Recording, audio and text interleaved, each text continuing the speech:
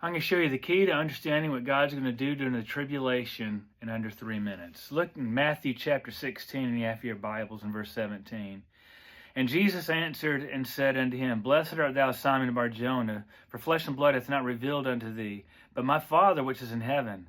And I also say unto thee, that thou art Peter, and upon this rock I'll build my church. That's key. What church? And the gates of hell shall not prevail against it. And I will give unto thee the keys of the kingdom of heaven, and whatsoever thou shalt bind on earth shall be bound in heaven, and whatsoever thou shalt loose on earth shall be loosed in heaven. And he charged his disciples. Now listen, this is important.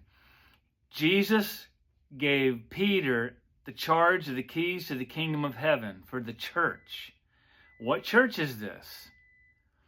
Israel is also called a church in the Old Testament. This is the keys of the kingdom for Israel. God gave to Peter. They were for the Jews. How do we know this? Because in Matthew 10, Jesus commissions the disciples. The original commission.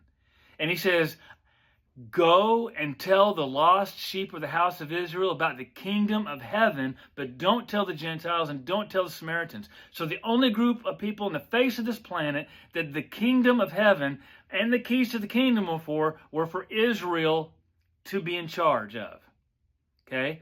They rejected that. That's why in Galatians 1, Jesus, God, sends Paul to Arabia for 3 years, and Jesus teaches Paul the mystery of Christ in you, the hope of glory for this dispensation. It is a dispensation, and it's the gospel of the grace of God right now, and you can see that in Colossians 1, 25 through 27. And not only was it for Paul, he says, I give this, it was given to me for you. This dispensation, the last 2,000 years, every generation has had a dispensational responsibility to share the gospel of the grace of God where we live, work, and play with the gospel in a powerful way. When Israel repents at the end of the tribulation, and Ezekiel and other prophecies tell you this, they will, that's what triggers the second coming. The church is already in heaven.